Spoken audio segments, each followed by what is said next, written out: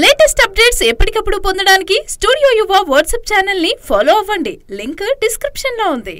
ప్రభాస్ ప్రస్తుతం ఇటలీలో వెకేషన్ లో ఉన్నారు. నిజానికి ఇటలీలోని ఒక పల్లెటూరులో ఒక నివాసాన్ని కొనుగోలు చేసిన ప్రభాస్ ఎప్పుడు ఖాళీ దొరికినా కానీ అక్కడికే వెళ్తున్నారు.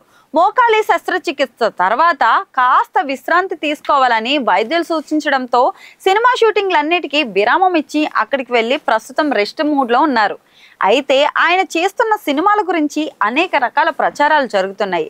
అదేంటంటే ప్రభాస్ అన్ని సినిమాల కంటే ఎక్కువగా ప్రశాంత్ వర్మ చెప్పిన బ్రహ్మరాక్షస అనే స్క్రిప్టు బాగా ఆకర్షితుడయ్యాడని, మిగతా సినిమాలన్నీ పక్కన పెట్టి ఆ సినిమాను ముందుగా పట్టాలెక్కించే పనిలో ఉన్నాడని ప్రచారం అయితే జరుగుతుంది.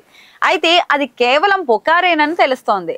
ప్రస్తుతానికి స్పిరిట్ సినిమా మాత్రమే ప్రభాస్ కు టాప్ ప్రయారిటీగా ఉన్నట్లు చెప్తున్నారు.